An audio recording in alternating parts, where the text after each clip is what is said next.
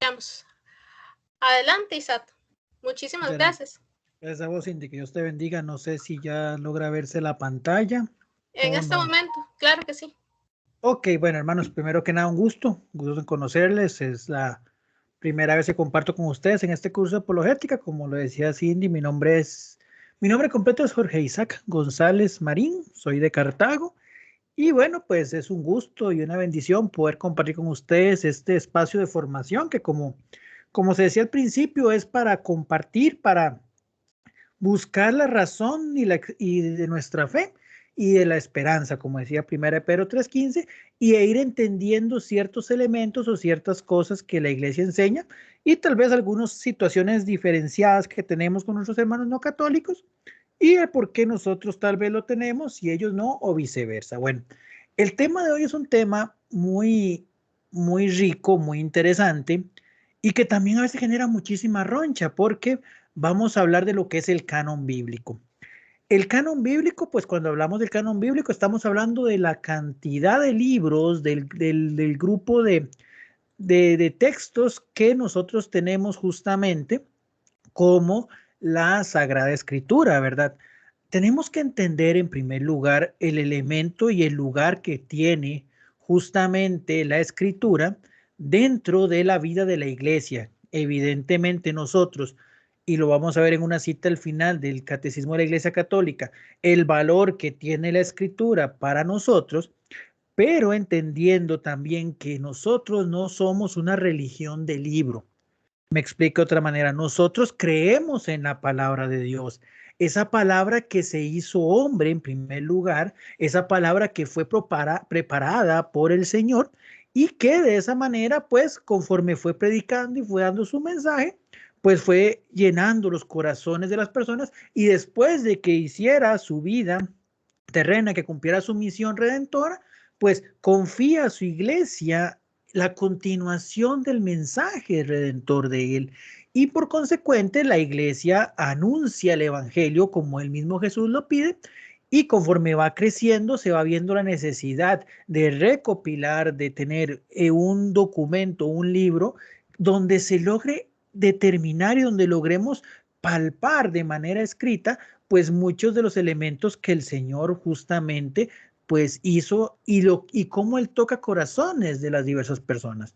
No obstante, nosotros no solamente la palabra de Dios no la vemos únicamente como el texto escrito contenido en la Biblia, sino la palabra de Dios es justamente Cristo y de ahí, de su revelación y de lo que él enseña, pues continuamos unidos siempre la palabra con la tradición, poder encontrar justamente el mensaje pleno del Evangelio. Entonces, pues por ahí es donde debemos de empezar a partir a la hora de entender el valor y el significado de la Biblia dentro de la iglesia.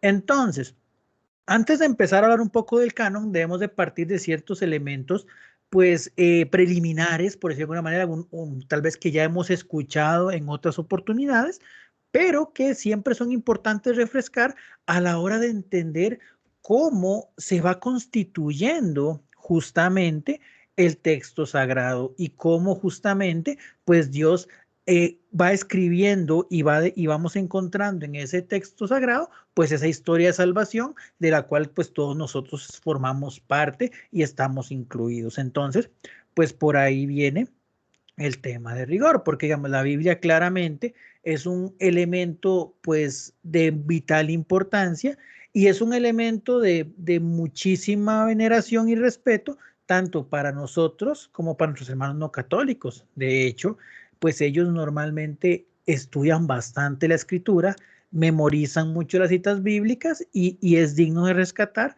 esa devoción, ese respeto que tienen de la escritura. No obstante, también es importante entender que en ese aspecto, pues, resulta necesaria la evaluación de todo el contexto bíblico y de dónde surge la Biblia. Creo que hay una mano levantada por ahí, don Edgar. No sé si fue que la levantó por equivocación o si va a hacer algún tipo de comentario. Bueno, continuamos. Si alguien tiene algún comentario, pues ahí puede interrumpir con total libertad. Ok, entonces, Partimos de elementos. ¿A qué surge o qué elementos son importantes para que la Biblia y para que la palabra de Dios llegue justamente a nuestras manos y a nuestros corazones? Pues vamos a arrancar. Lo primero que es importante entender es el significado de revelación. ¿Qué es la revelación? Que es al final la fase inicial de todo esto que estamos viviendo. Dice el Catecismo de la Iglesia Católica en su numeral 151, perdón, me pasé mucho, en su 151, dispuso Dios en su sabiduría revelarse a sí mismo y dar a conocer el misterio de su voluntad, mediante el cual los hombres, por medio de Cristo, Verbo encarnado, tiene acceso al Padre en el Espíritu Santo y se hacen consortes de la naturaleza divina. Ok, primer elemento. Dios, desde el momento de la creación, porque verdaderamente en el ser humano, al ver la inmensidad, desde siempre, al ver la inmensidad del mundo, llega a la certeza de que hay alguien superior que ha sido capaz de crear todo lo que conocemos, el firmamento y demás.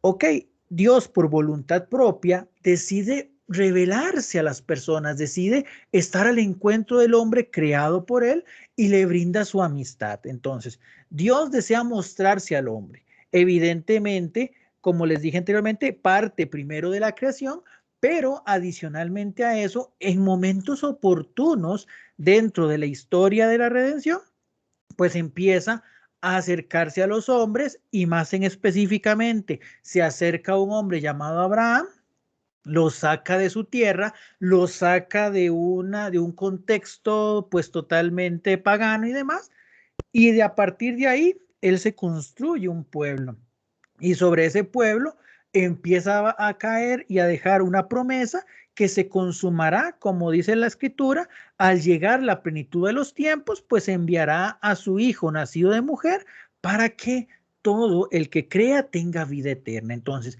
lo primero que debemos entender y que hace como esa primera génesis, tomando también el nombre del primer libro de la Biblia, ese origen es la voluntad de Dios de revelarse al hombre, de mostrarse, de darle un mensaje, de darle un mensaje de amor. Entonces, de ahí, al querer revelarse, pues evidentemente el Señor necesita de su lenguaje y su contenido como espíritu perfecto. Él necesita y él busca llegarle al hombre a su contexto especial, a su contexto en particular. Y eso es lo que conocemos justamente como la inspiración. O sea, la inspiración bíblica es ese Dios que se revela, que es Dios el autor principal de la escritura, es en la mente de Dios donde nace todo ese proceso y todo ese mensaje de amor, pues Él a través del Espíritu Santo ilumina la inteligencia del agiógrafo. Recordemos que la palabra agiógrafo, por si no lo conocían, el término agiógrafo corresponde a a los textos, al escritor, a la persona que se dedica, según cómo lo va moviendo el Espíritu Santo, a que escriba el mensaje que Dios tiene. Y es importante entender esto porque aquí hay una palabra que quiero destacar que es la libertad. O sea, el agiógrafo escribe en su libertad.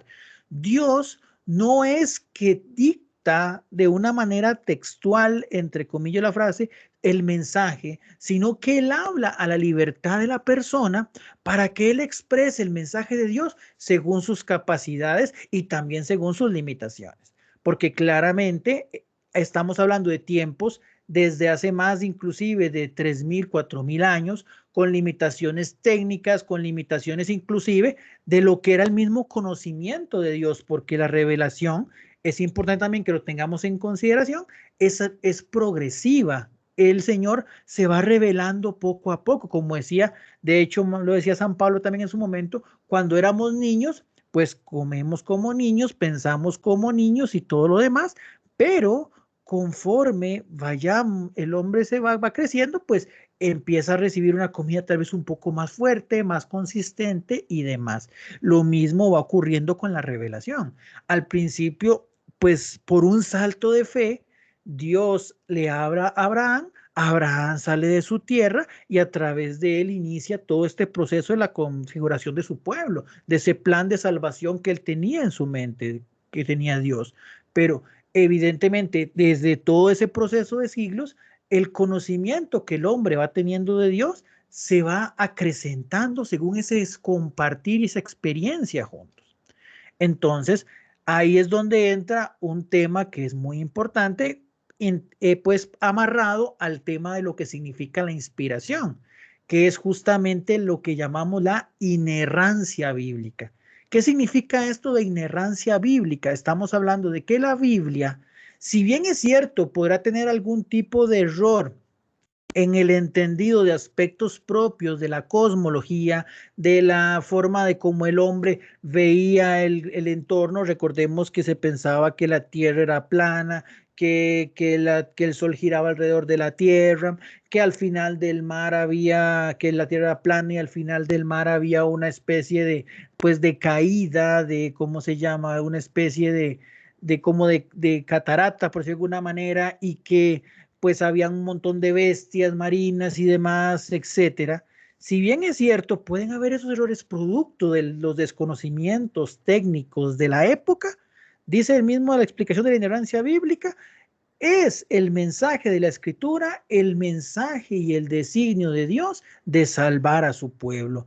Y por consecuente, Dios no hará un mensaje que sea equivocado o que sea falto de la verdad, sino todo lo contrario.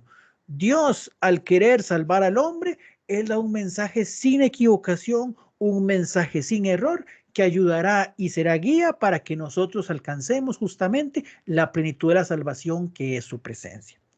Entonces, de estos tres elementos se parte todo lo que es justamente ese proceso que lleva al hombre a que producto de su experiencia, de su conocimiento y de su contacto con Dios, se dé el texto que conocemos actualmente como la Biblia, como esa parte escrita, como esa palabra escrita que nace de la palabra de Dios encarnada que es Jesucristo.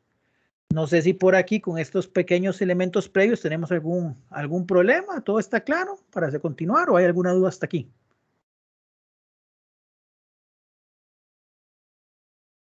Ok. Todo claro. Ok, perfecto. Entonces, continuamos. Entonces, siempre es importante que entendamos esto. La Biblia o la revelación de Dios es un proceso que se va dando. Y por consecuente, entramos y partimos de que hay una historia que, si bien es cierto, obviamente la Biblia nos muestra una historia de salvación, también es cierto que se da un elemento progresivo, como decía anteriormente, en la experiencia del pueblo de Dios, del conocimiento de Dios y también de diversos momentos. Entonces, vamos a partir de una pequeña cronología de lo que es la Sagrada Escritura. ¿Okay?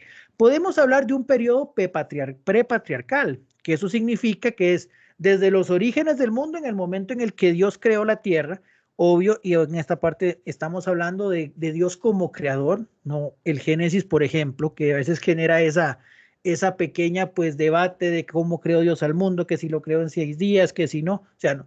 El mensaje del Génesis en esos primeros capítulos es dar a entender que Dios crea el mundo. Entonces, desde el momento en el que Dios crea el mundo hasta el siglo aproximadamente 18 antes de Cristo, es lo que se llama el periodo prepatriarcal. O sea, en este momento Dios se manifiesta al hombre en su naturaleza, pero el hombre aún no ha sido capaz de tener esa experiencia de Dios cara a cara como la que va a tener con Abraham. Pero obviamente el hombre desde tiempos primitivos y demás, pues en este caso se contempla la riqueza y la grandeza de Dios.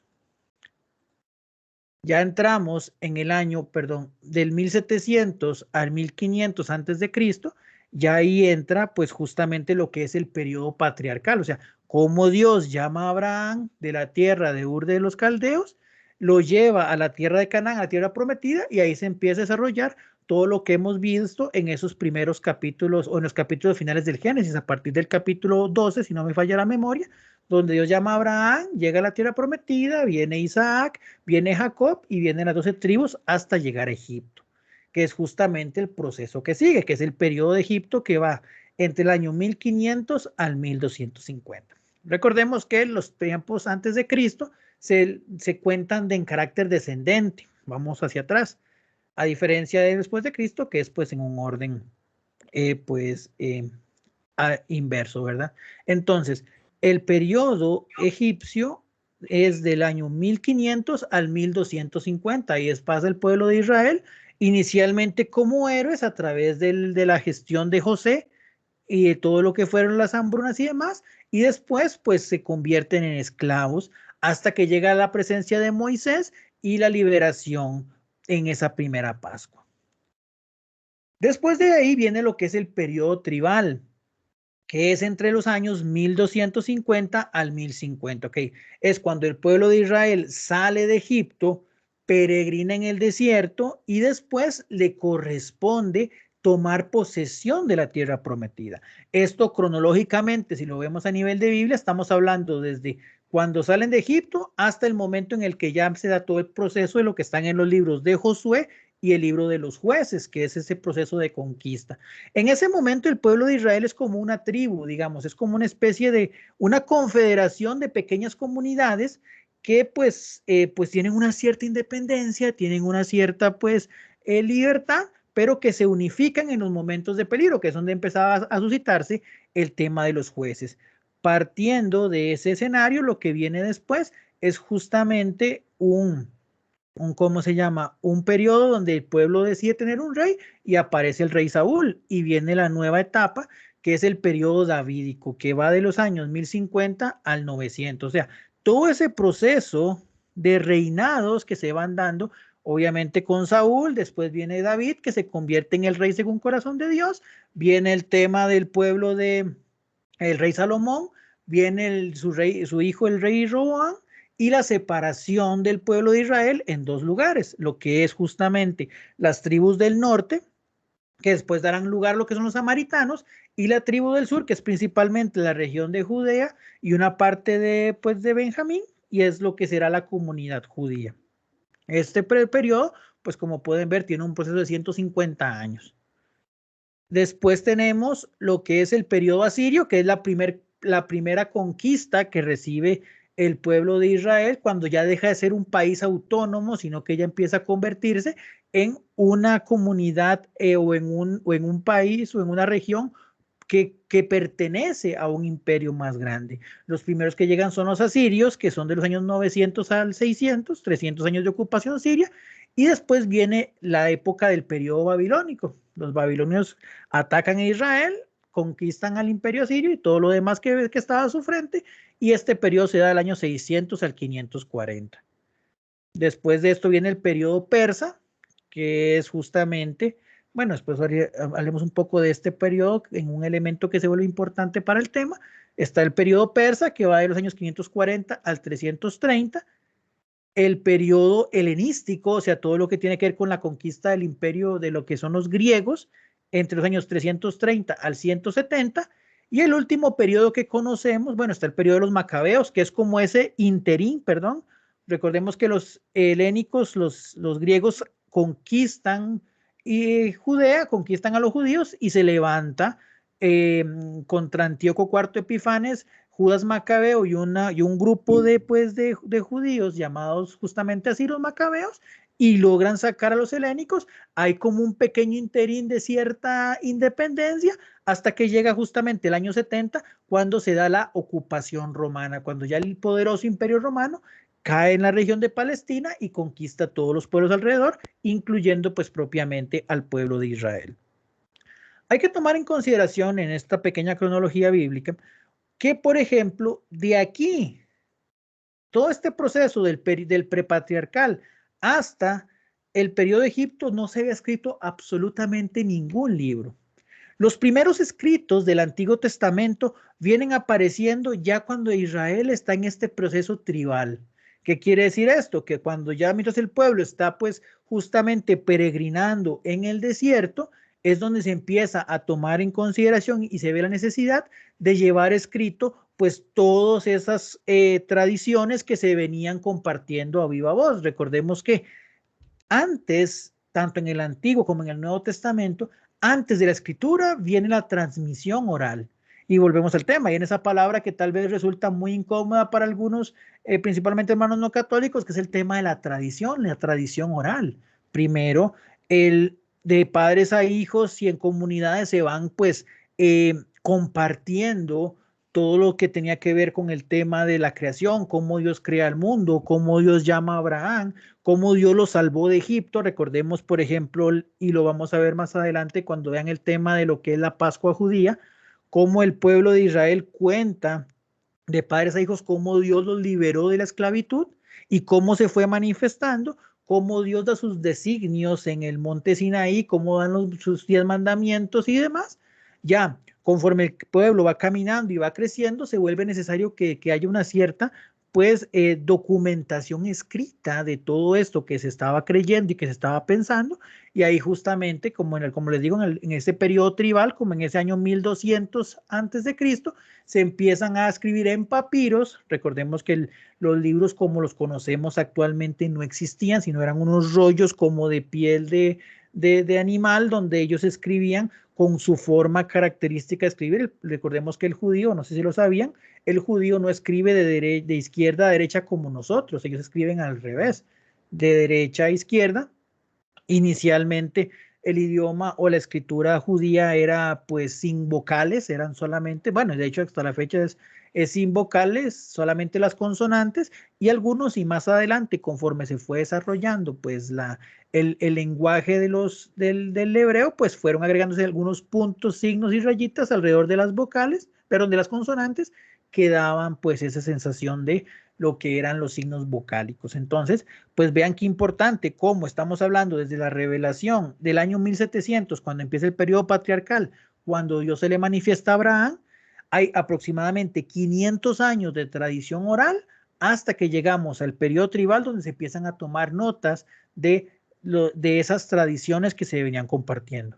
Lo mismo pasará más adelante con un periodo tal vez inferior de tiempo de espera, pero con el Nuevo Testamento. Los primeros libros del Nuevo Testamento aparecen, que de hecho el primer libro escrito ni siquiera es un evangelio, es la carta del apóstol San Pablo a los tesalonicenses, también conocida como lo que es la carta querigmática, va apareciendo como en el año 50 después de Cristo. O sea, Cristo muere en el 30 aproximadamente, hay un tema de cronología ahí, 30, 33 después de Cristo muere, y casi 17, 20 años después aparece el primer texto escrito, que es una de las cartas de Pablo. Entonces, veamos en primer lugar, y esto es muy importante para entender el significado del canon, cómo se conforma la Biblia y sobre todo el papel que tienen esos aspectos de la iglesia dentro de este tema de la Biblia, cómo va evolucionando de un compartir o de una transmisión oral a una transmisión escrita después de un cierto periodo. Entonces, eso es importante que lo tengamos en consideración.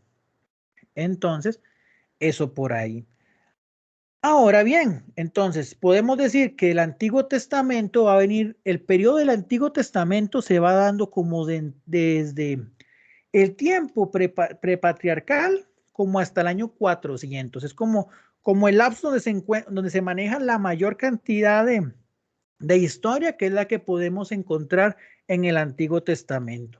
Después hay un proceso que se llama como el intertestamentario, o sea, es como el último empujón, la transición de esa antigua alianza a lo que va a después convertirse en la nueva alianza, que es la que tenemos en el Nuevo Testamento, que empieza como en el año 4 antes de Cristo y se desarrolla hasta el año 100, que es más o menos el periodo de vida del último de los apóstoles.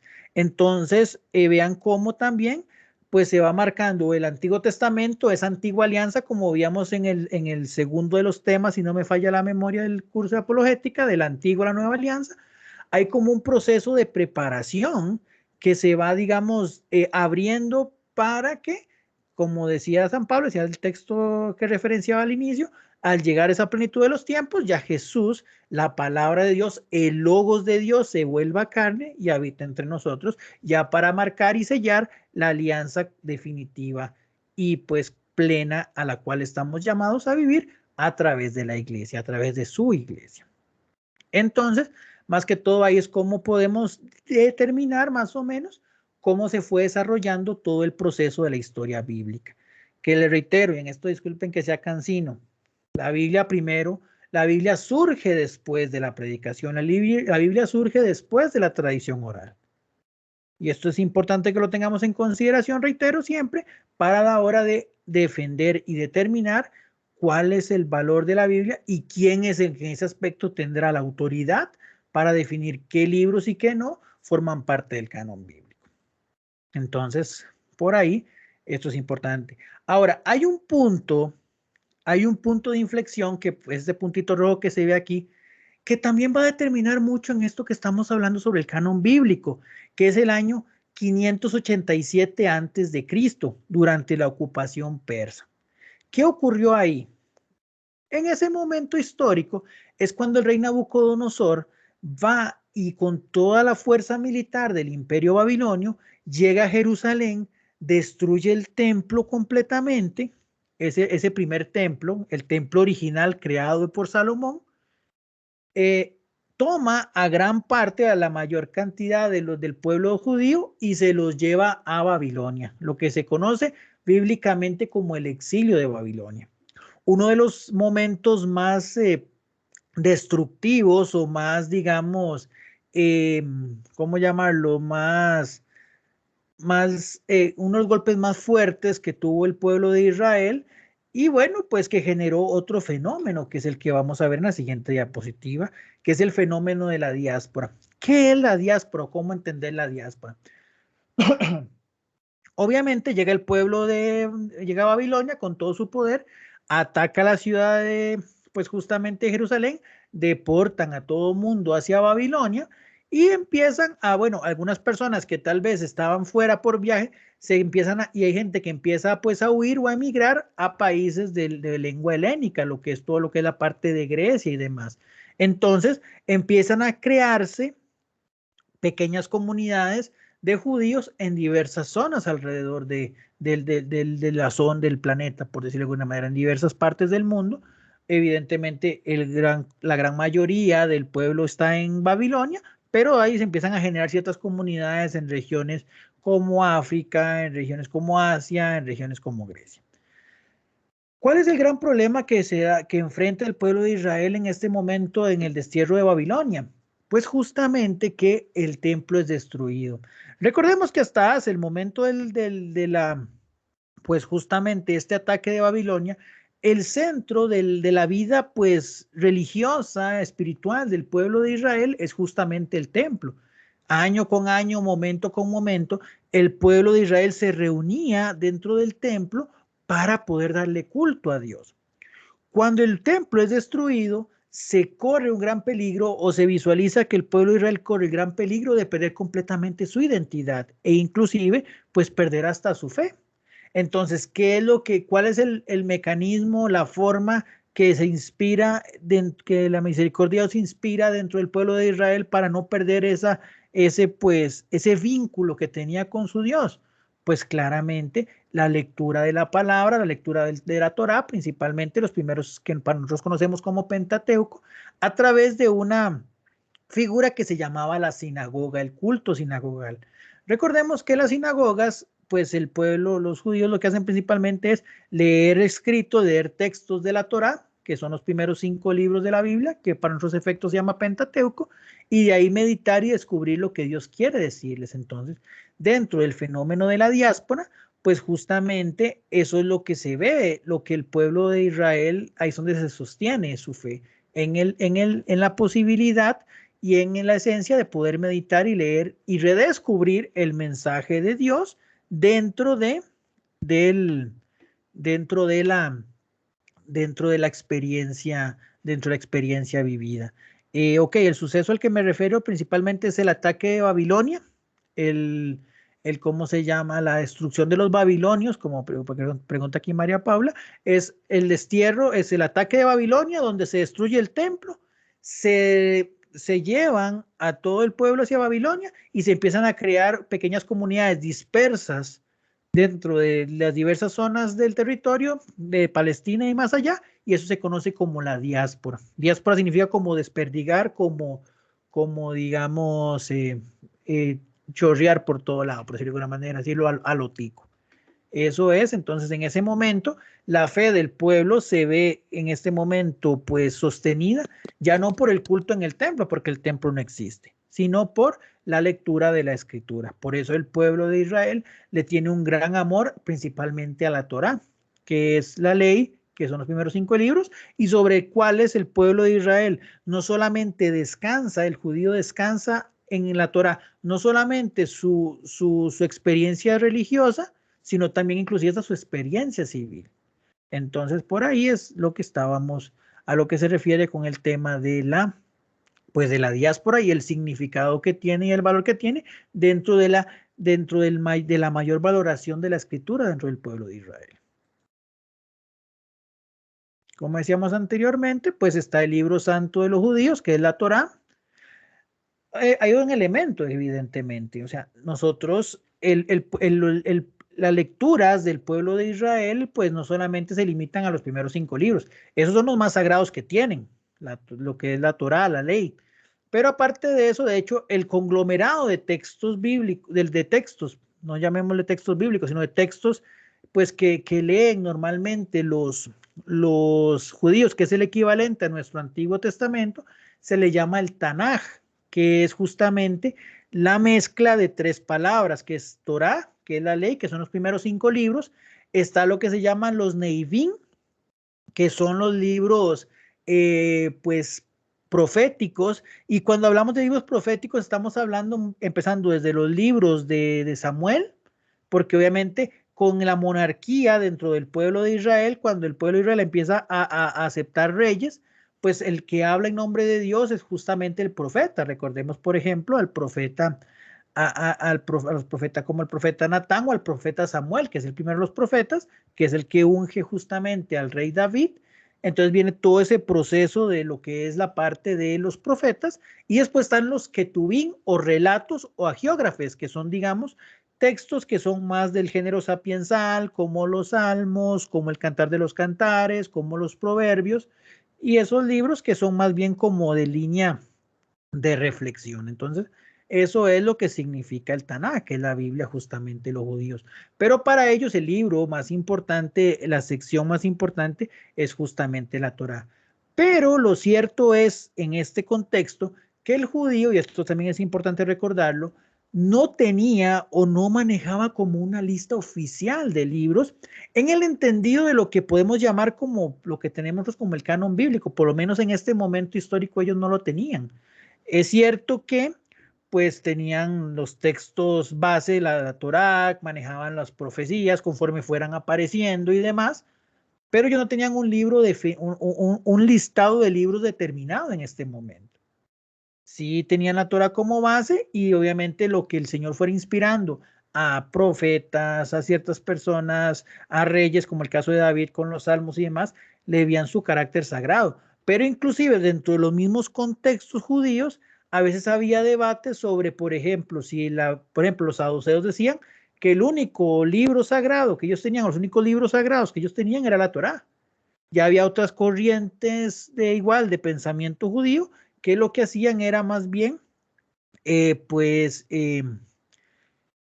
aceptar el resto de los libros, las profecías y demás como libros inspirados. Pero esto se daba principalmente porque el pueblo no tenía, los judíos no tenían una lista determinada, por lo menos en este momento de la historia, sino que obviamente ellos iban leyendo lo que iba apareciendo.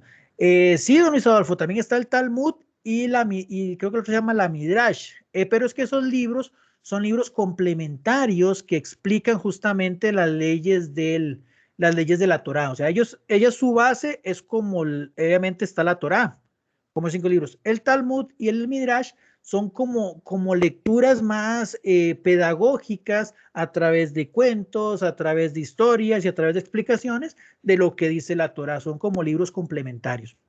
En ese aspecto eso es lo que tiene el Talmud. Claramente tiene un valor muy importante para los judíos, pero no es un libro en el entendido sagrado a nivel de la Torá, sino que son como explicaciones rabínicas sobre lo que viene alrededor de la Torá.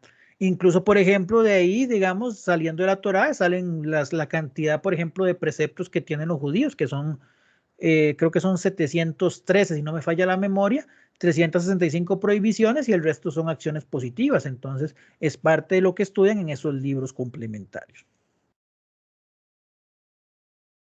Ok, si hay alguna duda o algún comentario, pues ahí lo pueden hacer en este momento. Bueno, y van conforme vayamos viendo la sesión, si hay algo que no queda claro. Ok, viene un elemento vital y de mucha importancia y es justamente, por decirlo de alguna manera, el punto neurálgico de la charla y el punto neurálgico del conflicto que tenemos a veces en estas formas de ver la Sagrada Escritura, que es justamente lo que conocemos como la Septuaginta. ¿Qué es la Septuaginta? Bueno, la historia está así. Bueno, recordemos y partamos de dos elementos primero históricos necesarios. Ya hablamos de lo que es el fenómeno de la diáspora, el pueblo de Israel, el pueblo judío, los judíos están dispersos en muchas regiones, inclusive puede pasar y pasa lo que ocurre en muchas circunstancias similares. ¿Qué es lo que se da? Empieza a darse una inculturización propiamente. Y bueno, ya los judíos y parte de la globalización, por ejemplo, ya dejan de hablar el idioma propiamente hebreo. El hebreo quedaba únicamente y restringido para efectos litúrgicos. Pero inclusive ya en la época de Jesús no se hablaba hebreo, lo que se hablaba era arameo, que era como una especie de dialecto, pues que sí tenía su origen en el arameo, perdón, en el hebreo, pero que tenía pues mezcla con otros idiomas. El hebreo era exclusivamente para efectos litúrgicos y bueno, pues evidentemente los que estaban ya en otras regiones, el idioma que se manejaba de manera común era lo que se llama el griego. El griego era el idioma por naturaleza que se está usando en la globalidad. Es como, por ejemplo, el inglés de la época. Todas las personas sabían hablar en griego. Obviamente también partimos de que, por ejemplo, no todo el mundo sabía escribir y no todo el mundo sabía leer, pero las personas que eran letradas, pues conocían el griego y conocían, pues, los sacerdotes o las personas encargadas del culto, pues conocían el hebreo para efectos de leer la Torá, pero el idioma de uso cotidiano era justamente el arameo. Entonces, pues bien, en el siglo III, Demetrio Falerón, bueno, una de las 7 grandes maravillas del mundo antiguo es justamente la Biblioteca de Alejandría, que es un lugar enorme donde había literatura y demás de muchas regiones y de muchas zonas y de muchas corrientes de pensamiento. En el siglo III, pues este señor Demetrio de Falerón le pide al rey Ptolomeo II que era importante por la riqueza, por la historia, por la cultura que encerraba, que hubiera una traducción del texto bíblico o de la escritura judía, de la ley judía. Y entonces lo que hacen es que, pues bien, entonces el rey Ptolomeo solicita, recordemos que en este momento estamos en ocupación helénica, solicita a los sumos sacerdotes que por favor le colaboren con un texto en lenguaje griego que fuera la traducción oficial de su escritura. Dice la tradición, por eso el nombre de Septuaginta, que los sumos sacerdotes escogieron a 72 ancianos, 72 hombres que traducen el texto del hebreo al griego. 72 era porque eran 6 personas por cada una de las tribus de Israel. Entonces, de esos 6 escribas se juntan, dice que se juntan todos. Bueno, la historia, por decirlo de una manera mística de esta traducción es que el pueblo llegaron todos a la misma traducción, a pesar de que la fueron trabajando de manera separada, y ahí surge la Septuaginta. De hecho, la palabra Septuaginta viene de 70, es también conocida como la Biblia de los 70. Es la traducción del idioma hebreo al griego del texto, principalmente, por decirlo de alguna manera, del Antiguo Testamento. Entonces, ya con eso se matan, como dicen popularmente, 2 pájaros con una pedrada. ¿Por qué? Porque obviamente el rey Ptolomeo pues tiene la copia que él quería de la ley judía, que siendo muy honestos y quien lee la escritura desde la línea pues un poco judicial, por decirlo de una manera, o jurídica o moral dentro del contexto y entendiendo las limitantes de las diversas épocas en las que se desarrolló, pues la ley judía es una ley muy rica y genera mucha sabiduría. Y aparte de eso, pues ya ese texto se convierte en el texto oficial de uso, es el primer compilado de la escritura del Tanaj, de toda la escritura judía, de lengua griega, que se vuelve muy útil para aquellas personas que deseaban leer y aprender un poco más y estudiar lo que era la palabra de Dios que tenían los judíos para lo que era el Antiguo Testamento. Entonces, para efectos litúrgicos, el pueblo de Israel celebraba el culto en hebreo, pero para el estudio particular de las personas se utilizaba la versión Septuaginta. Entonces, ven, y esto es más que todo una forma en la imagen, se ve cómo se escribe. Lo que está a su lado izquierdo es la escritura en hebreo, perdón, que si ustedes pueden ver, la mayoría de signos son las consonantes, las rayitas y puntos que están alrededor de esos signos grandes es el equivalente a las vocales para poder entender lo que decía el texto. Y lo que está a la par, pues es la forma de escritura en griego. Pero ¿cuál fue el otro detalle que apareció justamente con la Septuaginta? Estos 7 libros que fueron surgiendo dentro de ese compilado que se entregó. Apareció el libro de Tobías, el libro de Judith, el libro de la sabiduría, el libro del Eclesiastés, que también se llama Sirásida o Sirácides, el libro de Baruch y los 2 libros de los Macabeos. Estos libros se conocen normalmente a nivel bíblico como libros deuterocanónicos o de segunda lista. El prefijo deutero significa segundo. Por ejemplo, Deuteronomio, que es el 5º libro de la Biblia, significa segunda ley. Deuterocanónico significa segunda lista y son los libros que surgen y aparecen en este contexto propiamente de esta traducción de la Septuaginta. Unido a eso, pues, aparecen algunos adiciones de textos del libro de Esther y del libro de Daniel. Y ahí es donde empiezan a pues aparecer. En este momento aparecen ya de manera oficial esos textos. Entendiendo, y hay que entender una cosa muy importante, los que hacen esa traducción del texto sagrado son justamente escribas, personas preparadas en la lengua y en el culto judío. Entonces quiere decir que estos libros aparecen porque eran parte del contexto cultural y pues de reflexión del pueblo de Israel. Tampoco fue que se los inventaron a nivel griego o fueron adicionales propiamente en Grecia o de la parte helénica, sino que eran justamente ya textos que podríamos decir de alguna manera que ya formaban parte del compilado de textos del pueblo judío. No obstante, volvemos a la situación, pues se da una controversia posterior que después vamos a explicar. Ok. Elementos importantes a tomar en consideración antes de pasar a este concilio de Jamnia que se las trae. Estos 7 libros, en primer lugar, nunca recibieron en primera instancia una negativa de parte del pueblo judío. O sea, eran libros, reitero, la traducción de la Septuaginta más bien, fue muy utilizada y muy valorada a lo largo de la historia y la cultura judía. Otro elemento, recordemos que los judíos no tenían un canon escritural, o sea, no tenían una lista oficial de libros. Obviamente tenían la Torá como regla y a eso sí nunca ha habido confusión al respecto, pero los demás libros inspirados, los demás libros que, por ejemplo, si agarramos el Antiguo Testamento y quitamos los primeros 5 libros, ese resto de libros no había ese debate, como anteriormente, esa discusión si se tomaban como inspirados o eran canónicos para los judíos o no. Pero bueno, realmente entonces ellos no definían una lista.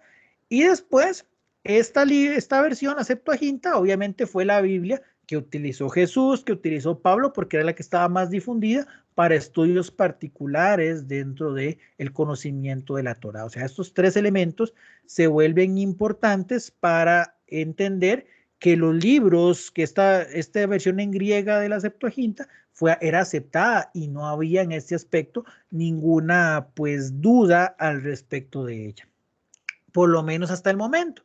¿Por qué? Porque viene en este momento el concilio de Jamnia. El concilio de Jamnia fue el año 70 después de Cristo. O sea, ¿qué ocurre en este año? El año 70 después de Cristo, el pueblo judío tiene 2 situaciones particulares. La primera es que el Imperio Romano entra a Jerusalén, destruye el templo y destruye prácticamente toda la ciudad. De hecho, del templo reconstruido, porque recordemos que el templo que Salomón había sido ya hecho añicos desde la época de los babilonios, pues el templo que se había reconstruido, pues ya fue completamente otra vez destruido y nada más queda una pared, que es lo que actualmente conocemos como el Muro de los Lamentos. Pero unido, y obviamente es otra vez otro golpe, otra desestabilización de la cultura y el tema del pueblo judío. Y aparte de eso hay otra situación, que es la lucha interna que tenía que tener el pueblo de la comunidad o los líderes del Sanedrín contra una secta que se estaba formando y que estaba agarrando más fuerza, que era la secta de los cristianos. En este caso, no nos asustemos, sino que recordemos que inicialmente, después de la resurrección de Cristo y antes inclusive de la participación de San Pablo como apóstol de los gentiles, las primeras comunidades lideradas por los apóstoles inicialmente se reúnen dentro del contexto de la experiencia judía. Ellos participaban de la sinagoga, con la diferencia en que los debates del estudio bíblico que se daban ya no era en función de qué es lo que Dios quería decir o sobre la promesa que estaba por llegar del Mesías, sino que más bien los cristianos tenían la conciencia y decían que ya las profecías que se estaban proclamando, los textos que se estaban estudiando en la sinagoga, habían sido cumplidos en Jesús. Entonces, durante los primeros años de la vida cristiana, pues la iglesia se ve como una secta dentro del contexto judaico. Hasta el momento en el que ya las dimensiones son totalmente irreconciliables y la comunidad se decide separar totalmente, y conforme va creciendo los cristianos, donde va creciendo el mensaje del evangelio, pues se va generando una separación total ya, donde el cristiano ya pues vive su propio culto, que es la Eucaristía, y de ahí pues las lecturas ya del Antiguo Testamento en clave del cumplimiento en la persona de Cristo. Pero todo ese contexto de esos 20 años se van dando constantes conflictos, constantes luchas, constantes dimes y diretes, hasta que en el año 90, pues el Sanedrín, ya para zanjear completamente esa situación, decide ya ahora sí emitir un canon oficial de libros inspirados, que para efectos, recordemos de ellos, sería el Antiguo Testamento. Y ese Nuevo Testamento pues no lo aceptan bajo ninguna circunstancia. Pero vean qué interesante los criterios que utilizan los judíos para definir su canon bíblico. El primer lugar, que fueran libros escritos antes del año 300. Recordemos que, como lo veíamos en la diapositiva de la línea temporal, entre el año 400 y el año 4 antes de Cristo, sea lo que se llama el proceso de intertestamentario, ¿verdad? O sea, ya es como la preparación definitiva de que hace Dios para poder enviar a Jesucristo. Y obviamente todos los libros, conforme va evolucionando la revelación de Dios, pues todo el contexto, toda la reflexión, toda la teología, todo el estudio, toda la inspiración que el pueblo va teniendo sobre esos libros es en función de la inminente llegada de Jesús.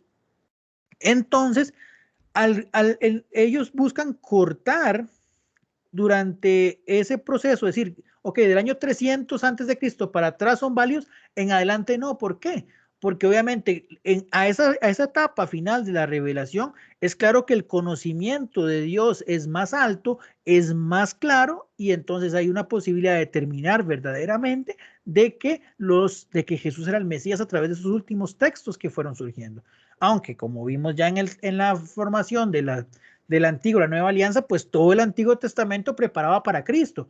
Pero los libros principalmente deuterocanónicos, o estos libros que van surgiendo en esta última etapa, por el desarrollo ya de la revelación, por el desarrollo ya del ser humano en muchos aspectos de pensamiento, pues eran libros de corte sapiensal, o sea, de enseñanzas, y esas enseñanzas claramente terminan siendo muy afines, por no decir que idénticas en muchos aspectos, a las enseñanzas de Jesucristo. Entonces, al encontrar el paralelismo entre esos textos justamente con la enseñanza de Cristo, optan por decir que los libros antes de los 300 años para atrás eran canónicos, los que estaban después no. Porque de hecho voy a usar la expresión muy curiosa, porque eran libros que eran sumamente cristianos. Por eso se desechan.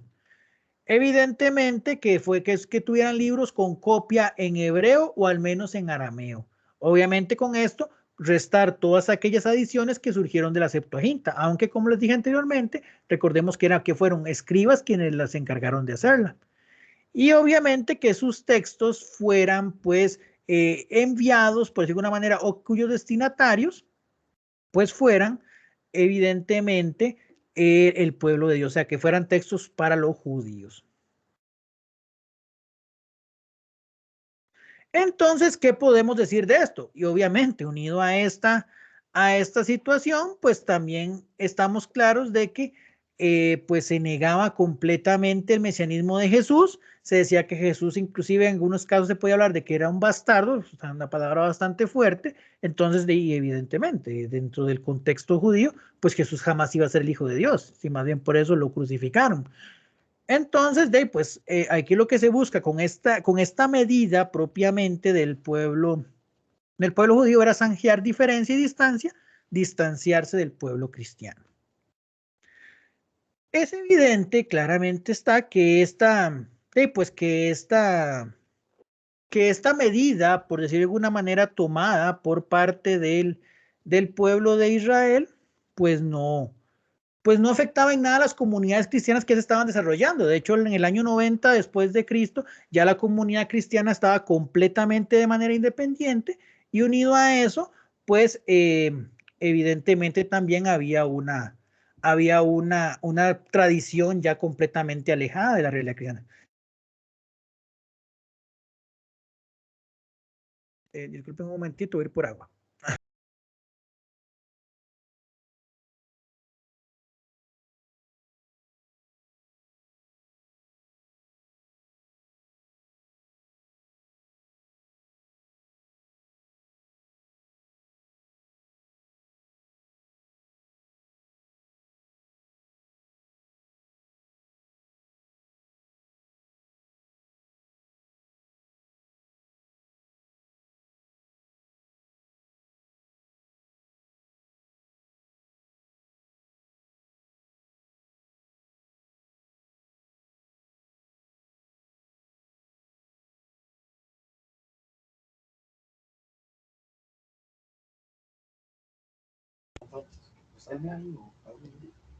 Quizá. Perdón, ya volví, es que tuve que salir por agua porque se me dio un ataque de tos un poquito complicado. Ahí me disculpan. No se ve una manita levantada por ahí. Edgardo, sí, perdón.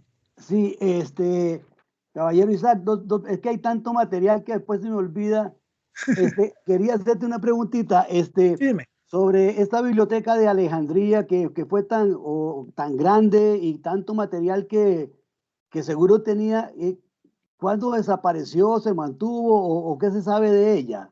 Se ha mantenido gran parte, ha estado, digamos, pues a nivel de museos y demás. De hecho, la Biblioteca de Alejandría, pues es uno de las 7 maravillas del mundo antiguo. Entonces, pues ahí hay, digamos, ha sido un momento de referencia porque ahí se encuentra literatura, pues de todas las épocas de ese momento principalmente, y máxime que era de la parte griega, ¿verdad? Que el griego a nivel de filosofía y pensamiento eran muy, muy abiertos. Ok. Y otra preguntita, de los libros deuterocanónicos, no me dio tiempo, ¿es el Eclesiastés o el Eclesiástico? El Eclesiástico. Ok. El Eclesiastés o Coelet es un libro del primer canon, digamos, lo que llaman el protocanon, los primeros libros de la Biblia judía. Ok, gracias. Con gusto para servirles, ¿verdad? Ok, igual, si voy muy rápido o hay alguna cosa que no quede claro, pues como les digo, hay completamente libertad de hacer cualquier tipo de pregunta, esperando que todo haya quedado claro. Bueno, como les decía, y perdonando la interrupción, en el año, entonces, ok, ya partimos del escenario de que lo que en Jamnia se determinó y se decretó aplicaba únicamente para la comunidad judía. Los cristianos ya habían hecho su vida por aparte, inclusive ya en el año 100 ya había aparecido hasta el Apocalipsis de San Juan.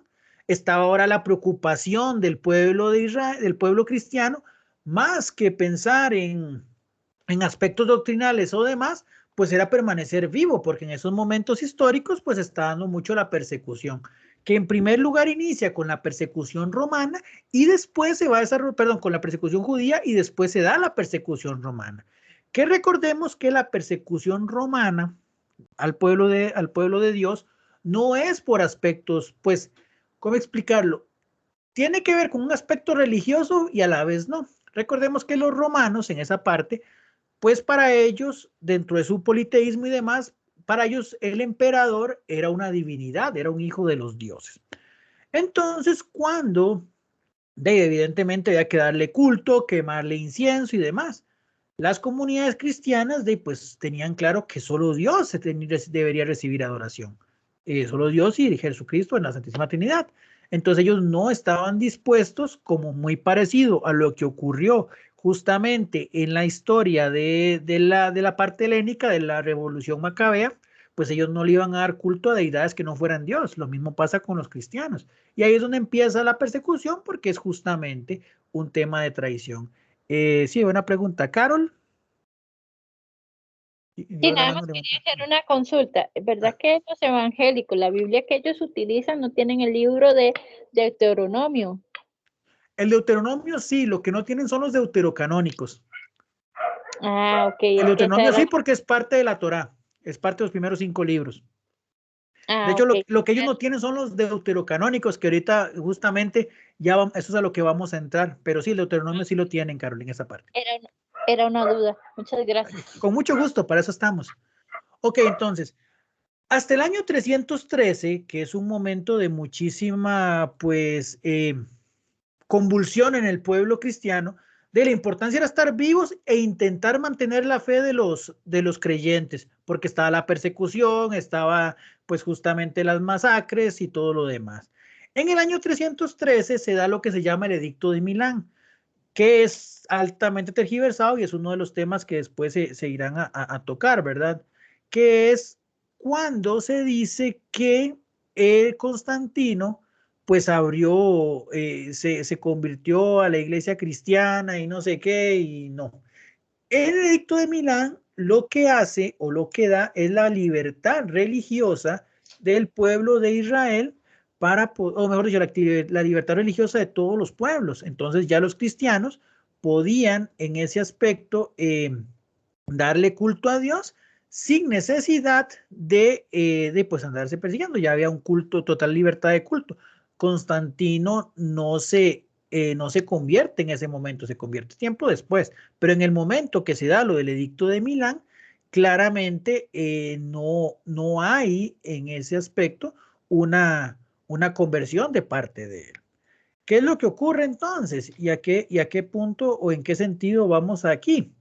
En el que justamente al haber un edicto y al tener ya la iglesia libertad completa de culto, pues lo que se hace es justamente la posibilidad ya de definir aspectos doctrinales. Ya aquí no llegamos, disculpe, tuve que cambiar de cámara porque se me tuve un problema con la anterior. Y aquí ya la iglesia se preocupa más por temas de doctrina que ya por la persecución. Y uno de los primeros temas claramente necesarios era la de definir los libros inspirados. ¿Por qué? Obviamente porque unido a los libros que ya conocemos en nuestra Biblia, habían infinidad de libros, tanto del Antiguo Testamento como del Nuevo Testamento. Estaban lo que llamaban libros de corte agnóstico, libros, pues ahí estaba como el protoevangelio de Santiago, más cartas atribuidas a otros apóstoles y demás. Entonces ya se volvía conveniente, y ahora sí, definir claramente cuáles son los libros verdaderamente inspirados. Y entonces todo ese proceso que se fue dando tiene su primer encuentro en el año 382 después de Cristo, cuando se da el Concilio de Roma y es una de las primeras, pues justamente oportunidad donde se define la iglesia con su autoridad, con la autoridad que le da el magisterio dado por Cristo para definir qué libros de la infinidad de libros que habían en ese momento, cuáles eran verdaderamente inspirados. Y dicen que lo siguiente, vamos a irnos, perdón, ahí me pasé. Vean qué interesante, ese es hay un libro, hay un documento que se llama el Dessinger. El Dessinger es un libro que tiene pues la mayoría de documentos eclesiales o digamos esas declaraciones que se fueron haciendo a lo largo de la historia desde los primeros papas, inclusive lo que es la Didache, que es el libro de los apóstoles, y ahí dice cuáles fueron los edictos que se dieron, en este caso, con San Dámaso en el año 382 en el Concilio de Roma. Vean qué interesante lo que se proclama, porque es una proclama ex cátedra, o sea, ya es un tema doctrinal. Asimismo se dijo, estoy leyendo textualmente lo que dice ese canon, ahora hay que tratar de las escrituras divinas, que es lo que ha de recibir la Universal Iglesia Católica y que debe evitar. En relación, empieza la relación del Antiguo Testamento, un libro del Génesis, Éxodo, Levítico, un libro de Números, un libro de Deuteronomio, un libro de Jesús Navé, ese es el equivalente al libro de Josué, es el otro nombre que recibía ese libro, un libro de Jueces, un libro de Ruth, 4 libros de Reyes. Ok, aquí se puede haber una distorsión. En las Biblias principalmente más antiguas, cuando son traducciones al español de la Vulgata, ustedes van a encontrar que 4 libros de Reyes. Para nuestros efectos y por estudios bíblicos que hicieron posteriormente, el equivalente al primer y segundo libro de Reyes en la Vulgata es lo que conocemos actualmente como el primer y segundo libro de Samuel. El tercer y cuarto libro de Reyes es el equivalente a decir el primer y segundo libro de Reyes de la Biblia que nosotros normalmente utilizamos. Son nombres que se le dieron en su momento, pero el texto siempre ha sido el mismo, es un tema nada más de nombre. Después dice 2 libros de Paralipómenos. Ese nombre está muy feo, dicen esta Biblia no es católica, esto más bien puede ser otro lado. No, ese libro es el que conocemos como el libro de las crónicas. Crónicas, el nombre griego era Paralipómenos, que es como el de las historias paralelas, es como una historia que se cuenta en función, es como una relectura de la historia del pueblo de Israel en función de ciertos acontecimientos. Los 150 salmos, en este caso habla de 3 libros de Salomón, que son Proverbios, Eclesiastés o Coelet, que es otro nombre que lleva el Eclesiastés, y el Cantar de los Cantares, que también se le atribuyó a Salomón, un libro de la sabiduría y un libro del eclesiástico. Obviamente continúa el Concilio de Roma diciendo, habla de los profetas, Isaías, Jeremías con el Sinod, que es el equivalente a ese libro de las Lamentaciones, Ezequiel, Daniel, Oseas, Amós, Miqueas, Joel, Abdías, Jonás, Nahum, Habacuc, Sofonías, Ageo, Zacarías, Malaquías, y después los libros históricos, Job, Tobías, Esdras, Esther, Judith y los 2 libros de los Macabeos. Ven, ahí define ya el Antiguo Testamento. Con el Nuevo Testamento, el Concilio de Roma lo que dice es que están los evangelios, Mateo, Marcos, Lucas y según San Juan, las epístolas que habla de 14, recordando que en ese momento y para ese momento histórico se pensaba que la carta a los hebreos era del apóstol San Pablo. Actualmente, pues si ustedes ven litúrgicamente, se habla la carta a los hebreos, porque pues con los estudios bíblicos y por evaluaciones de estilo, no se ha determinado verdaderamente si la autoría de la carta es justamente de San Pablo. Hay biblistas que creen que sí, hay biblistas que creen que no. Pero al final del camino, lo cierto es que el texto bíblico pues entra dentro de la ortodoxia de la fe, que ahorita voy a hablar un poquito de esto. Y bueno, y habla, por eso habla de las 14 cartas, porque incluye la carta a los hebreos como una carta de Pablo. Y después habla, perdón, me brinqué algunas y bueno, perdón, me faltó una parte que no me salió por acá, que es donde habla ya de las cartas de los otros apóstoles, que son la de Pedro, la de Juan, las 3 cartas de Juan, las 2 de Pedro, la de Santiago, la de Judas el Celote y el libro del Apocalipsis. Eso por ahí. En el año 397, el Concilio de Cartago, donde estaba un santo que a mí me encanta, que se llamaba San Agustín, pues se vuelve a declarar nuevamente, a reafirmar el canon bíblico. Y dice, se acordó que fueran de las escrituras canónicas que se lean bajo la iglesia, bajo el nombre Escrituras Divinas, y vuelve otra vez a generarnos todo el libro de textos que anteriormente hemos escuchado. Con la única diferencia es que habla de 5 libros de Salomón, o sea, a los anteriores que habíamos visto, que era Cantar de los Cantares, Eclesiastés y Proverbios, se le une el eclesiástico y se le une la sabiduría. Recordemos que dentro del contexto bíblico para estudios bíblicos desde las épocas del pueblo judío. Todos los libros que tengan que ver como libros sapiensales que den enseñanzas se le atribuye al rey sabio por excelencia de Israel, que fue justamente Salomón. Recordemos el texto donde él pide sabiduría. Entonces, todo lo que se maneje bajo esa línea sapiensal, bajo esa línea de enseñanza, se le atribuye justamente al rey Salomón. Por eso habla de 5 libros de Salomón, pues justamente son esos a los que me refiero. Y ahora aquí aparecen obviamente todas las cartas, los evangelios, ya es un Nuevo Testamento, los evangelios, habla de 3 epístolas de San Pablo, la misma una a los hebreos. Ven, y aquí por lo menos, ya aquí entra como una pequeña duda sobre la autoría de la carta a los hebreos, si verdaderamente le corresponde a San Pablo o algún otro, pues, padre en la fe o demás. Las 2 de Pedro, 3 de Juan, la de Santiago, la de Judas y el Apocalipsis. Aparte de eso, sobre la confirmación de este canon, consúltese a la Iglesia Transmarina. O sea, ya estamos hablando de que ya tiene un nivel ya más marcado de oficialidad, y dice que sea lícito leer también las pasiones de los mártires cuando se celebren sus aniversarios. O sea, la lectura de textos relacionados a los mártires cuando pues tocaba celebrarlos, muy parecido a lo que hacemos nosotros actualmente con las ferias season y las fiestas de los santos, que normalmente las realizamos o las celebramos litúrgicamente el día de la muerte, no el día del nacimiento. ¿Hasta aquí todo bien? ¿Todo claro con lo que es el canon? ¿Sí, Edgardo? Isaac, una preguntita. La otra vez me quedó porque lo dijeron muy rápido, como que nada más para mencionar, pero para que no pregunten. Hay unos libros que no los pusieron, que hablan sobre la infancia, no, adolescencia y la parte adulta de Jesús. Sí, el protoevangelio de Santiago es uno. ¿Por qué es que no los tomaron en cuenta, o por qué no lo cuentan, o por qué no? Ok, yo creo que con esta parte, vamos a ver, vamos a intentar con esta diapositiva, con esto te voy a responder los criterios, y si no, pues ahí vemos a ver cómo ampliamos, a ver si te logro, pues, responder la pregunta. Ok, entonces, tenemos esta lista de libros. Al final ahí están los 73 libros de nuestra Biblia, los 46 del Antiguo y los 27 del Nuevo. ¿Cuáles son los criterios de canonicidad? Ok, ¿a qué me refiero con criterio de canonicidad?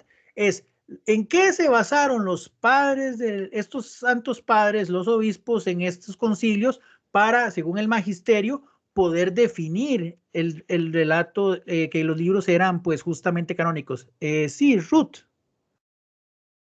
¿Tienes una pregunta? Hola, buenas noches. ¿Cómo está, Isaac? Muy bien, ¿y usted? Bien, gracias a Dios. Dios me lo bendiga. Es que tengo Amén, una igual. pregunta, bueno, una inquietud. Dígame. A mí me regalaron una Biblia, me lo regaló uno de mis amigos sacerdotes, pero nunca se me ha ocurrido preguntarle qué es el Pentateuco. Y vieras que esa inquietud de ahí, al estar escudriñando un poco la palabra, me la encontré y vieras que no sé qué significa. El Pentateuco con mucho gusto, doña Ruth. El Pentateuco son los primeros 5 libros de la Biblia: Génesis, Éxodo, Levítico, Números y Deuteronomio. A esos 5 libros los judíos le llaman la Torá, nosotros le llamamos el Pentateuco. Ok, para efectos de canonicidad, con gusto para servirle. Para efectos de canonicidad, ¿qué vieron los judíos, los santos padres conciliares para definir los libros nuestros? En primer lugar, decía que la Biblia los 70. Esa Biblia fue la que utilizó Pablo, la que lo utilizó Jesús, la que utilizaron los apóstoles, ese Antiguo Testamento, para lograr determinar que la profecía se cumplía en Cristo. Entonces, la Biblia de los 70 es un argumento. El uso en el culto, o sea, que dentro de las celebraciones cultuales de los primeros cristianos se leyeran esos textos del Antiguo Testamento. Y también la referencia con textos del Nuevo Testamento. Recordemos cuando tenemos una Biblia que a la par de cada texto bíblico vienen como unas citas bíblicas a la par, pequeñito. Ellos se llaman textos paralelos. Se supone que eso que está en ese texto paralelo se complementa con la cita bíblica que estamos leyendo. Ahorita les voy a dar unos ejemplos de eso.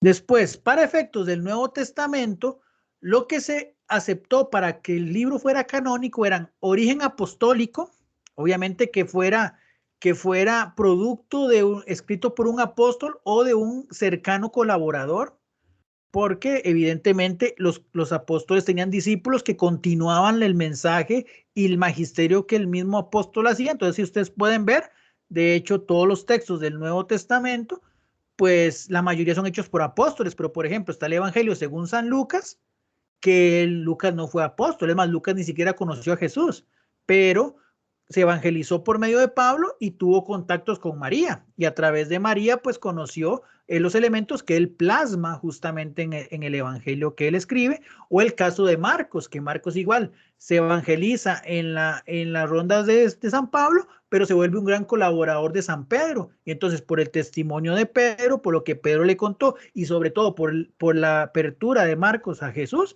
es donde él pues justamente escribe el evangelio. Entonces se habla de origen apostólico, quiere decir que sea o hecho de un apóstol o de un colaborador cercano a un apóstol.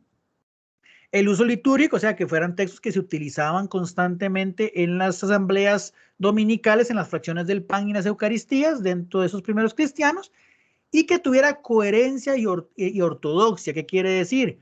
Que fueran, pues, que tuvieran sentido dentro del plan de salvación, que no se salieran justamente de la esencia del plan de salvación, que no tuvieran en ese aspecto alguna contradicción a las enseñanzas, que no tuvieran herejías y que pues obviamente fueran parte de la revelación hecha por Dios. Ahí es donde entra lo que preguntaba anteriormente Edgardo, por ejemplo, esos textos. Hay textos como el protoevangelio de Santiago, como el testamento de Judas, etcétera, que son textos que, por ejemplo, el protoevangelio de Santiago, por ejemplo, la tradición nos enseña que los padres de la Virgen María se llamaban San Joaquín y Santa Ana, pero por su contenido, por las cosas que él demostraba, por ejemplo, se dice el evangelio del protoevangelio de Santiago, que por ejemplo tenía una figura muy fantástica de Jesús haciendo aves con barro y soplando sobre ellos, y que los árboles agarraban, que los palomas que él hacía con barro tomaban vida. Entonces se vuelven historias como muy fantasiosas y que no, pues no daban ninguna, pues, ninguna enseñanza doctrinal o ayudaran al crecimiento en la fe. Como también había textos que inclusive tenían herejías, porque se saben los famosos textos agnósticos, que recordemos que el agnosticismo pues cree en la superioridad del pensamiento y demás, pero no en la divinidad propiamente del hombre de Cristo. Entonces, en esos aspectos, por ahí es que esos textos existen, están, algunos pueden leerse, pero no están dentro del canon porque esos criterios que tienen, o sea, porque no forman parte de las enseñanzas de Jesús. Obviamente la iglesia, los apóstoles escuchan a Jesús y por la fuerza del Espíritu Santo conocen los designios del Señor. Entonces, todos esos textos que no están dentro de la revelación de Dios, que meten cosas que no es justamente lo que Cristo enseña, pues no se toman en cuenta como el canon. Es claro que, digamos, muchos de esos textos fueron escritos por enemigos de la fe y otros por personas que quisieron, pues, enaltecer tanto la figura de Cristo, que tal vez no podemos hablar de que se escribieron de mala voluntad, pero sí que a veces se distorsionaban un poquito de lo que Jesús verdaderamente enseñó y de lo que la doctrina indica. No sé, Edgar, si por ahí respondí también tu pregunta. Sí, correcto. Está ¿cómo se llama? Sí, está claro. Ok. Igual, si no, ahí tranquilo, ahí podemos ampliar. Pero es que eso es principalmente los criterios, o sea, porque la idea de claramente la iglesia como depositaria de la transmisión de la fe, es necesario que ellos, pues en ese aspecto, pues velen de que la doctrina sea sana y sea clara. Y ahí, pues obviamente por corrientes de pensamiento y demás, recordemos que en esos primeros años de la vida cristiana se tuvo que definir el credo, se tuvo que reescribir el credo, evidentemente, en el sentido de no por en reafirmar cosas. Recordemos el credo corto y el credo largo, y el credo largo, el que Dios de Dios, luz de luz, fue por herejías que estaban metiendo dentro de la iglesia. Entonces, partiendo de ese escenario de constantes doctrinas y demás, pues evidentemente ahí se va determinando qué es lo que es doctrinal y qué es lo que no. Después entramos a la Vúlgata. La Vúlgata es la traducción que hace San Jerónimo del texto en latín, de lo que tenía ahí, de los textos sagrados anteriores, tanto en griego como en hebreo como en arameo, se traduce al latín. Vean qué interesante, y aquí sí hay un error, perdón, en la diapositiva. Vean, y ahí es donde entra también el valor de la iglesia, de la doctrina y del magisterio. Cuando San Jerónimo traduce la Vúlgata, cuando él agarra el Antiguo Testamento, él tenía dudas de traducir los deuterocanónicos, los libros en hebreo. perdón, los libros en griego. Él no quería traducirlos, él todavía tenía dudas de su canonicidad, pero en ese caso, pues empieza a tener una confrontación y vean, les juro, bueno, jurar no, porque Dios dijo no jurarás, pero les puedo decir con total certeza que a mí me hubiera gustado estar en ese momento porque él le tocó debatir con San Agustín de Hipona. Entonces San Agustín le daba digamos, los argumentos por los cuales los libros deuterocanónicos eran parte del canon bíblico. San Jerónimo tenía sus ciertas dudas, pero al final, como dice el texto, Roma locuta causa finita. En el año, ¿qué quiere decir? Cuando Roma habla, fin de la historia. En el año 393, en el concilio de Hipona, se reúnen los obispos, hablan sobre el tema, dialogan y se llega a la conclusión de que la Septuaginta debe ser el texto de referencia que debe traducir San Jerónimo para el texto latín de la Vulgata. Entonces, ya no son solamente los libros en hebreo que estaban en ese momento, sino también los libros en griego. Entonces, ahí ya San Jerónimo, pues, empieza a traducir todos los 73 libros a lo que va a ser la Vulgata, que esa Biblia en latín, pues, justamente es el texto oficial de la iglesia, por decirlo de alguna manera. Obviamente, el texto a nivel de efectos litúrgicos y ciertos documentos. Ahora, si hablamos de una traducción, pues de las traducciones de la Biblia, siempre muchos han dicho que la mejor traducción, inclusive, pues estudiosos no católicos, que la mejor traducción de la Biblia como tal para efectos de estudio es justamente la Biblia de Jerusalén. Y entramos ahora con este señor, con don Martín Lutero, ¿ok? Entonces, a partir del año 400 después de Cristo, Cindy me indicas ahí conforme cómo estamos de tiempo también para no extendernos mucho. Cuando llegamos al año, hasta el año 400 ya no había ningún inconveniente con el tema de la Biblia, de los libros sagrados y demás. En el año 1517, pues aparece Lutero y empieza todo lo que se llama la Reforma. Aquí, pues, como se dice popularmente, el Ministerio de Apologética Católica San Francisco de Sales nos es responsable de los criterios emitidos por este caballero que está hablando. Pero yo entrecomillo la palabra reforma y creo que muchos hermanos del ministerio pues pensarán lo mismo, porque al final no fue una reforma, eso lo que generó fue una separación. Cuando hablamos de reforma, hablemos de San Francisco de Asís y hablemos de muchos santos que dentro de la iglesia ayudaron a corregir cosas que no estaban bien para que la iglesia siguiera continuando con su misión evangelizadora. Lo que hace Martín Lutero no es una reforma, es una separación. Y es una separación que hasta la fecha continúa generando miles y miles de personas que bajo el mismo texto bíblico que se supone que argumentando sus doctrinas en la misma Biblia, siguen apareciendo creyendo cosas completamente diferentes.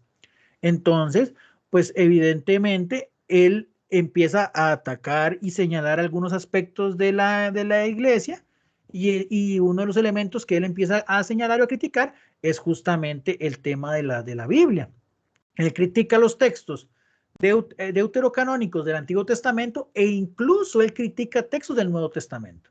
Por ejemplo, aquí tengo dos citas de libros de él. Por ejemplo, en el prefacio del Nuevo Testamento de Lutero, él dice que la epístola de Santiago es una epístola llena de paja, porque no contiene nada evangélico. Pero ¿cuál es el problema de la carta de Santiago? Que esa es la que dice, tú dices tener fe, pero yo tengo obras y yo a través de mis obras te mostraré mi fe, que va completa en contraposición al criterio protestante de la sola fe. O sea, yo con solo creer en Dios ya me salvé, ¿no? La fe sin obras está muerta, dice Santiago. Entonces, claramente, para la doctrina de Lutero, la carta de Santiago era sin sentido, pero no porque lo que dijera no fuera evangélico, sino porque evidentemente era un texto que estaba en contra de lo que él quería enseñar.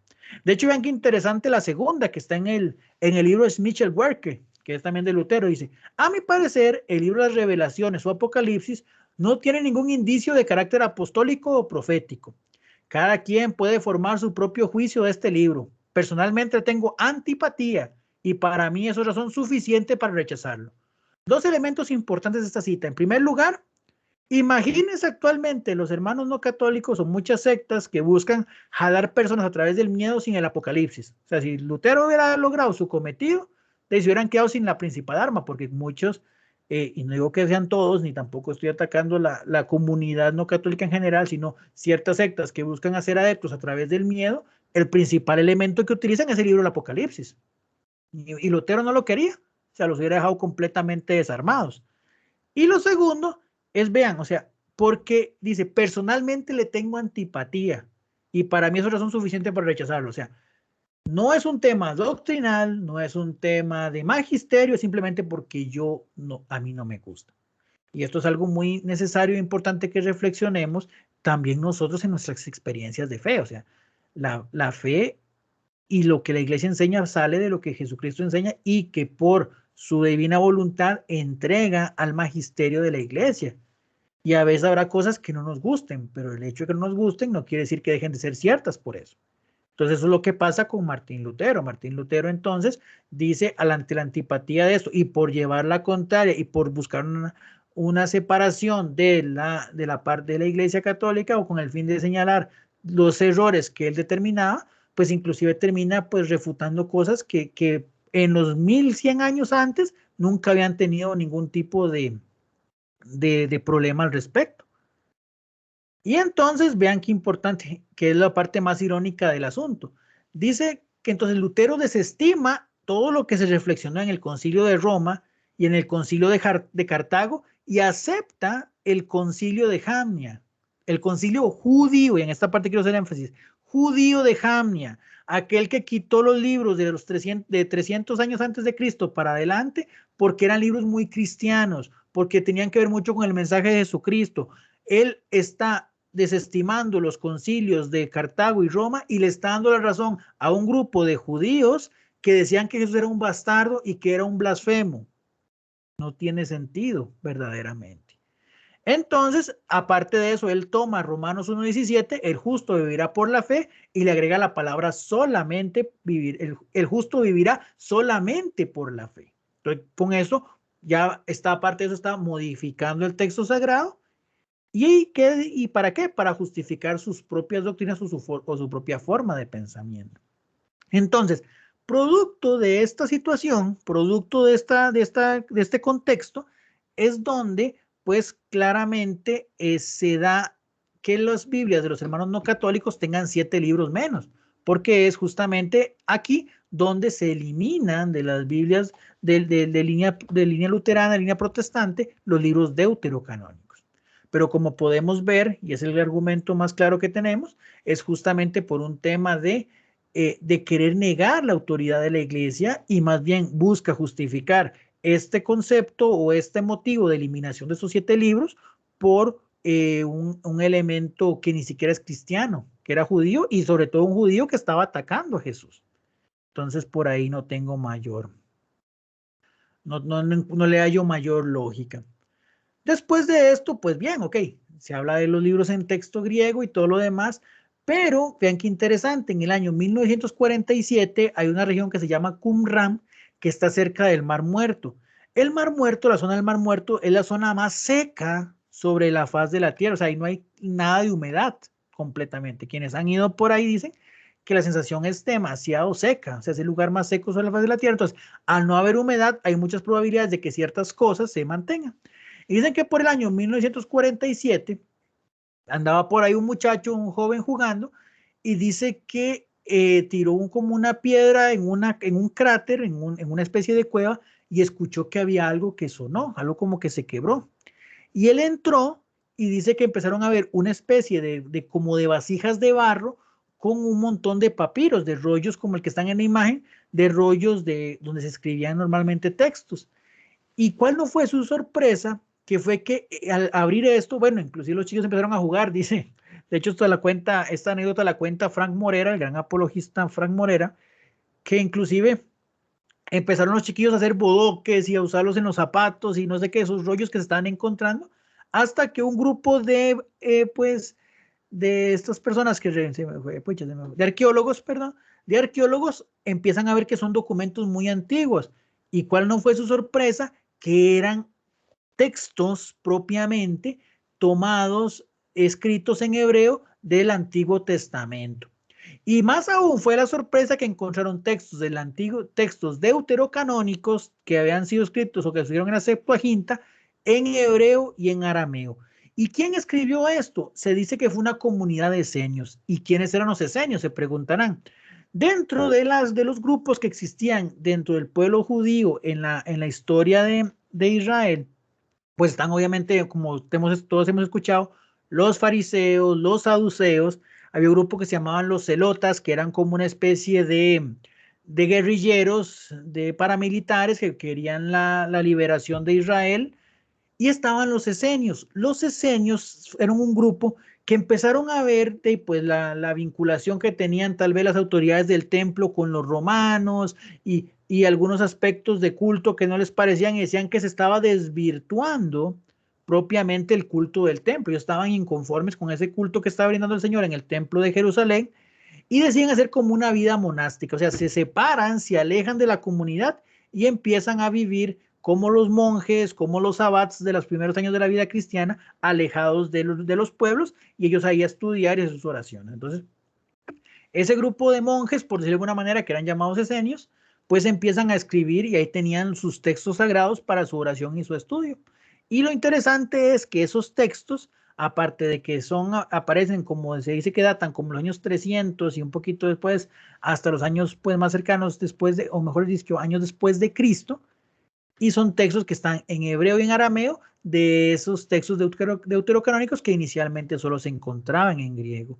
Aparte de eso, tenemos que entender que muchos de los textos bíblicos y de la Torá que tenía el pueblo de Israel en ese momento, textos originales, pues fueron quemados en esa destrucción porque el pueblo romano, cuando destruyó el templo en el año 70 después de Cristo, destruyó toda la ciudad. Entonces todos sus textos se perdieron. Solo estos textos de este grupo que estaba alejado de la ciudad, que vivían en ese aislamiento, en ese confinamiento, pues fueron rescatados y se han convertido en pruebas fehacientes y fidedignas de que los textos de los deuterocanónicos eran aceptados inclusive por el pueblo de Israel. Otro elemento interesante del pueblo de Israel es que, si bien es cierto, después del Jamnia se niega la canonicidad o como libros religiosos, lo cierto es que en esos libros también encontramos dos fiestas que son propias de ahí y los judíos las celebran. Por ejemplo, la fiesta de Purim, donde celebran la historia de Esther, que pues obviamente con sus encantos y con su belleza, pues logra salvar al pueblo de Israel de un ataque de un rey poderoso. Y está la fiesta del Hanukkah, que es la que se desarrolla como glorificar al Señor por la batalla que libran justamente el pueblo de los macabeos. El Hanukkah se caracteriza principalmente por una menorá. Recordemos que el menorá es la lamparita que usan los judíos, que es de 7 brazos. Para el Hanukkah ellos utilizan una, pero es de 9 brazos, recordando una situación pues muy especial que vivieron, que decía que la luz del templo se estaba extinguiendo, quedaba muy poco aceite, pero que por 9 días la luz del templo se logró mantener a pesar de que el aceite que tenía no iba a aguantar para uno, y eso lo tomaron como una manifestación de Dios en lo que lograron esa victoria contra el pueblo helénico. Entonces, vean qué interesante, si bien es cierto, no hay canonicidad dentro de esos libros, dentro de la escritura judía, pero hay fiestas que tienen su origen en esos textos que los judíos sí celebran. Entonces, vean que entonces no podemos pensar o discriminar, como Lutero también lo pensaba, de que estos textos no fueran textos que nos ayudaran a entender o a revelar justamente la venida de Cristo. De hecho, en función de la Septuaginta se dice, según algunos estudios, por ejemplo, que solo en las cartas de San Pablo hace más de 270 referencias de la Septuaginta.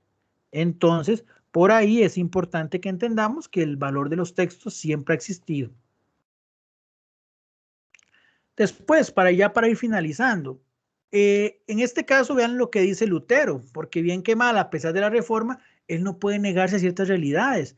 Y él dice, ok, estamos obligados de admitir a los papistas, o sea, a la iglesia, cuando él habla de papistas, habla de la iglesia católica, que ellos tienen la palabra de Dios, que la hemos recibido de ellos y que sin ellos no tendríamos ningún conocimiento de esta. La iglesia es la que se ha encargado de preservar los textos sagrados. Evidentemente, la que se ha encargado de leer y releer el Antiguo Testamento para demostrar que ahí estaba Cristo y que todo apuntaba a Cristo como el Mesías, y que aquellos textos que surgen después de Cristo, pues evidentemente la iglesia es la que los encarga de determinarlos, de cerrarlos y de pues decir, ok, esto es el texto inspirado, esto es el texto sagrado.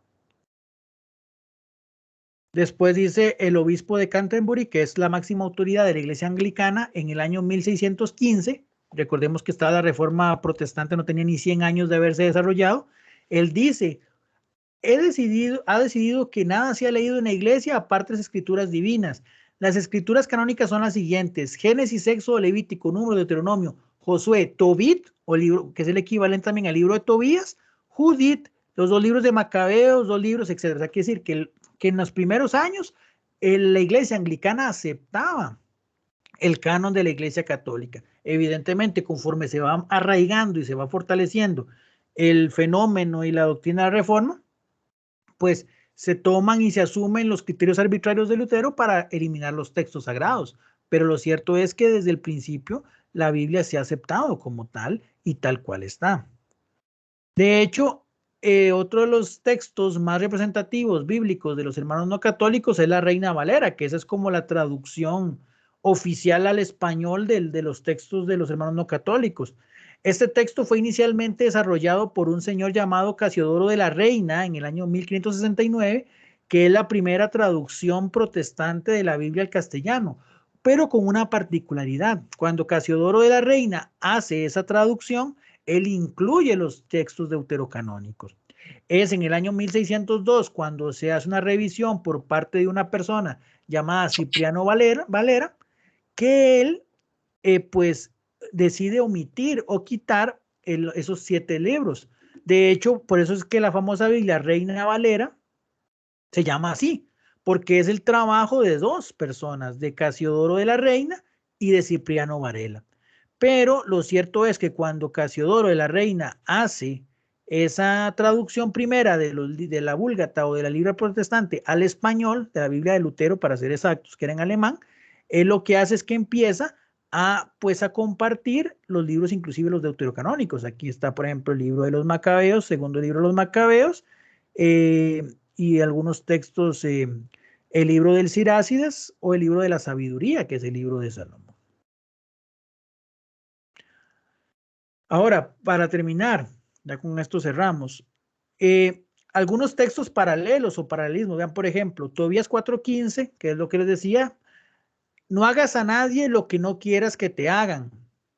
Y San Mateo 7:12, en palabras de Jesús, dice: por tanto, cuanto queráis que os hagan los hombres, hacedlos también vosotros a ellos. Vean cómo hay una relación entre ambos textos paralelos, entre lo que Jesús decía en función con lo que estaba en esa antigua Septuaginta. Dice el Eclesiástico en el 5 del 11 al 12: sé pronto a escuchar y tardo en responder. Si sabes alguna cosa, tu prójimo responde; si no, pon tu boca en la mano, pon tu mano en la boca, perdón. Y Santiago, capítulo 1, dice: tener presente, hermanos míos queridos, que cada uno sea diligente para escuchar y tardo para hablar y tardo para la ira.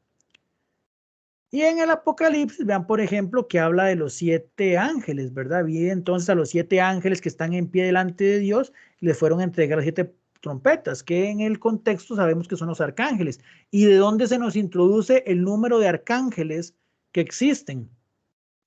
Pues en el libro de Tobías, capítulo 12, versículo 5, cuando Rafael se manifiesta y se presenta: yo soy Rafael, uno de los 7 ángeles que están siempre presentes y tienen entrada a la gloria del Señor.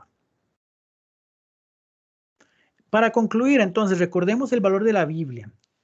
Entonces, dice el Catecismo de la Iglesia Católica en el numeral 103, la Iglesia ha venerado siempre las divinas escrituras, como venera también el cuerpo del Señor.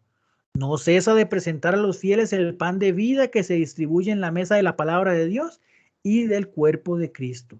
Es necesario que nosotros como católicos leamos la Biblia, saquemos el rato para estudiar la palabra de Dios, entendiendo siempre ella bajo el magisterio de la Iglesia, el magisterio infalible, aquella a quien Jesús le enseñó las escrituras, aquel que le explicó la doctrina y que ella bajo esa autoridad que el Señor le da, la recopila y la comparte. Pero claramente la experiencia de Dios, la presencia de Dios, el conocimiento de Dios es un banquito que solamente de 3 patitas, que es justamente la escritura, la Biblia, la tradición con T mayúscula y el magisterio. Si alguno de esos 3 falta, el banquito se cae y con eso se cae toda la doctrina. Entonces siempre es importante entender, ok, ¿tenemos la Biblia? Sí, pero ¿por qué la tenemos? Porque hubo una iglesia que se encargó de, a la luz del Espíritu Santo, revisarla, escudriñarla, estudiarla y declararla.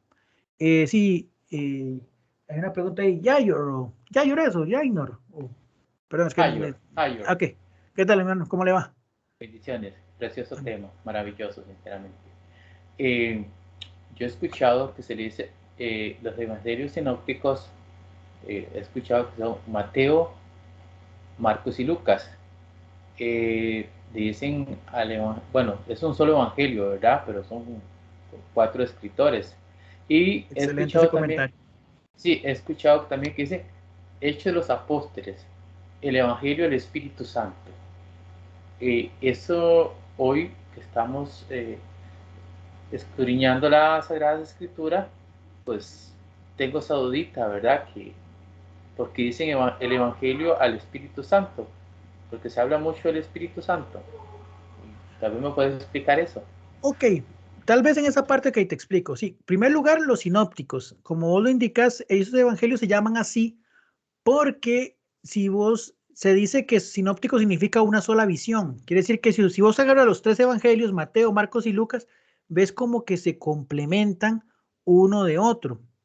Entonces, por ahí es que se llama sinóptico, se llama como una sola visión, a diferencia de Juan, que es un evangelio de mayor profundidad.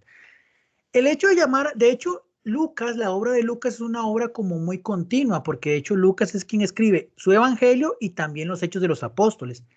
Se habla que se le dice que es el evangelio del Espíritu Santo, es una forma bonita de decirlo, porque recordemos que los Hechos, Lucas en su evangelio habla sobre la presencia de Jesús, la manifestación de Jesús y la obra de Jesús.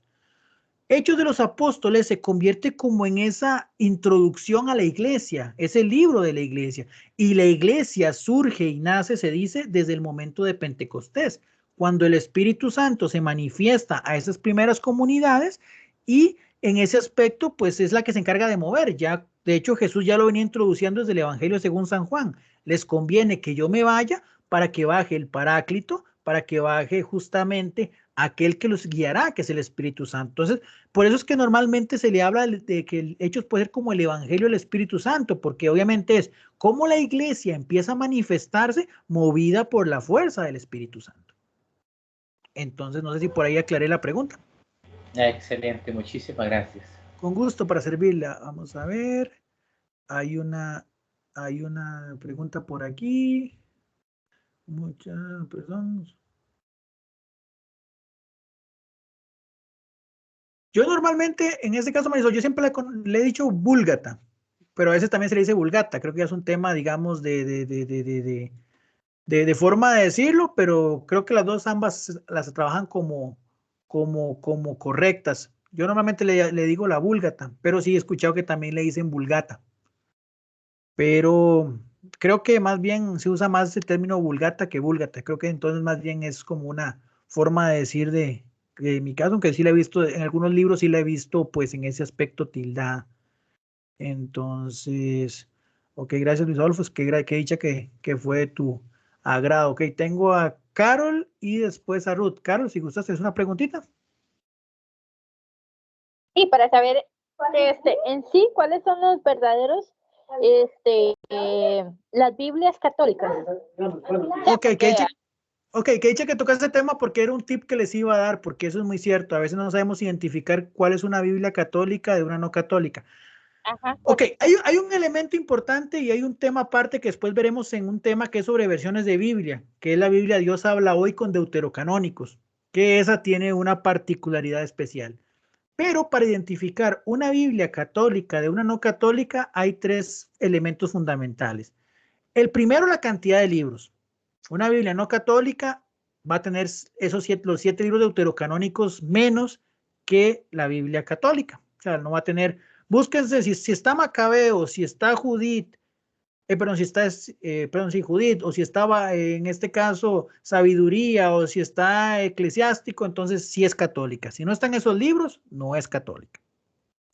Segundo, toda Biblia tiene que tener lo que llaman el imprimatur, o que es una frase pues en latín que se me olvida, déjenme ver si la encuentro por aquí, que es la autorización eclesial. O sea, un obispo tiene que firmarla al principio para demostrar que sí es una Biblia católica.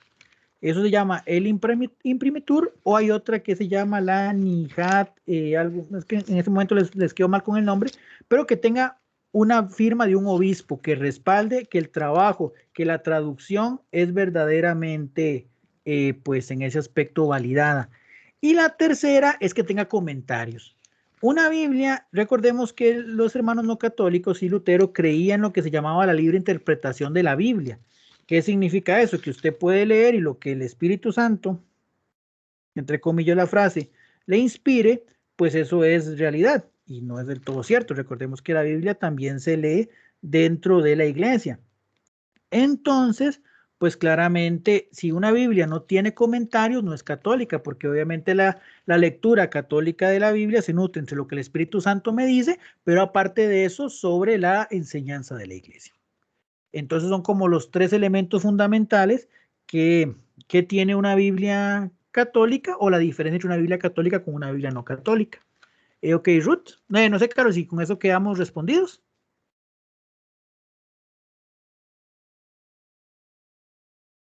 Carol, ¿quedó clara la respuesta? Bueno, asumo que sí, si no, pues ahí lo escriben por el chat o lo vuelve a comentar. Sí, claro. Sí, yo tengo bueno, para un día de la madre creo que me regalaron, una señora que hizo la jornada me regaló la Lectio Divina, la Biblia de nuestro pueblo, se llama, trae Lectio Divina, entonces esa es la que yo utilizo. Sí, eso es un buen texto, puede de mucha utilidad. Reflexión y la oración, ¿verdad? De cada texto bíblico. Sí, pero digo, es una versión católica porque por el techo de la reflexión y la explicación. Ruth, ¿tenías una pregunta? Sí, Isaac, es que vieras que siempre he tenido esa inquietud también con lo que son los arcángeles. Ahorita que usted tocó el tema, en Tobías, decía usted, donde Rafael expresa su nombre, yo quería saber si en alguna otra parte de la Biblia están los nombres de esos 7 arcángeles. Ok, que dicha que toca ese tema. Igual hay un tema en Apologética 2, que después espero que lo lleven, que hablamos sobre el tema de la angelología. Pero para efectos bíblicos y lo que nos atañe, sabemos por el Apocalipsis y por este texto de Tobías que hay 7 arcángeles. Conocemos los nombres solamente de 3, que son los que la Biblia misma nos revela, que es justamente Rafael en el libro de Tobías, está, digamos, Gabriel, que es el mensajero en Lucas, y Rafael, que es el que pues está ahí encabezando las huestes celestiales según lo que dice en la batalla del Apocalipsis. Entonces, de momento y para efectos de fe, sabemos que hay 7. Nombres conocemos 3. Entonces, todo lo que parezca de que es Adiel, de que Uriel y demás, eso no es doctrina, eso no es enseñanza. Entonces, por eso hay que tener mucho cuidado con el tema de los arcángeles. O sea, sabemos que hay 7 y la Biblia nos los indica. Nos da el nombre de 3. Los otros 4 ya nacen de ciertas doctrinas y cosas, pero con el tema de los ángeles, como reitero, espero que después mantengan firmes y participen de Apologética 2, pero en ese tema de los ángeles hay mucha tela que cortar, hay que ser muy cuidadosos, pero por lo menos para efectos te podemos creer en los ángeles, cada uno tenemos nuestro ángel de la guarda también, pero en el tema de los arcángeles tenemos 7 porque la Biblia nos lo indica, pero también conocemos el nombre solo de 3 porque la Biblia nos lo indica. Isaac, muchas gracias, se lo agradezco, sí, y lo digo porque lo escucho de mucha gente y que hay veces lo veo por A o por B, que lo veo en estados de WhatsApp o hasta en el TikTok, que dice ángel tal o arcángel tal, entonces yo sinceramente me consideraba una persona ignorante de ese tema, y sabía que los 3 eran los que estaban mencionados antes, Rafael, Gabriel y Miguel. Pero nunca había visto un Saquiel, nunca había visto otro, bueno, sí, varios nombres. Saquiel, Abdiel, Uriel, y no recuerdo cómo se llama el otro él, pero sí se han inventado nombres al respecto, o se han sacado nombres, no digo que sean inventados o no sé dónde los habrán sacado, pero lo cierto es que sí, digamos, a nivel de doctrina sí han habido muchos vicios porque se mezcla con muchos temas de nueva era, entonces hay que ser muy cuidadoso con el tema de los arcángeles principalmente. Bueno, de los ángeles en general, porque siempre están las cadenas de ofrecer que ábrele la puerta a los ángeles y que los ángeles estarán en tu casa y que estarán 7 días y todo eso, o sea, hay que ser muy cuidadosos en eso. Sí, eso sí. Muchas gracias, Isaac, y muy bendecida con la clase de hoy como todas las otras. Dios me lo bendiga y feliz noche. Bendito Dios, gracias, Ruth. Bendito Dios que sea para crecimiento. No sé si hay alguna otra duda, algún otro comentario, o terminamos acá. Tal vez yo quisiera comentarle algo a mi hermano. Sí, dígame, ¿quién me habla? José Manuel, buenas noches para todos. ¿Qué tal, José Manuel? Buenas noches. Que también, pues, dentro de las enseñanzas que nos da la iglesia están los 9 coros de ángeles. Bueno, no sé si lo van a mencionar en el... Sí, ya después, sí, de hecho se hablan de varias órdenes, que los arcángeles, querubines, serafines, hasta lo que hicimos en el trisagio. Okay, entonces mejor esperamos a que lleguemos ahí. Sí, si gustas en ese tema se va a tocar porque es un tema súper amplio, hermano, y ahí sí es cierto que nos puede dar... Muy ansioso de que llegue ese momento. Muchas gracias. Qué bueno, con gusto, hermano. Ana María, ¿tienes alguna pregunta? Veo a Ana María con la mano levantada. ¿Hay alguna pregunta, algún comentario?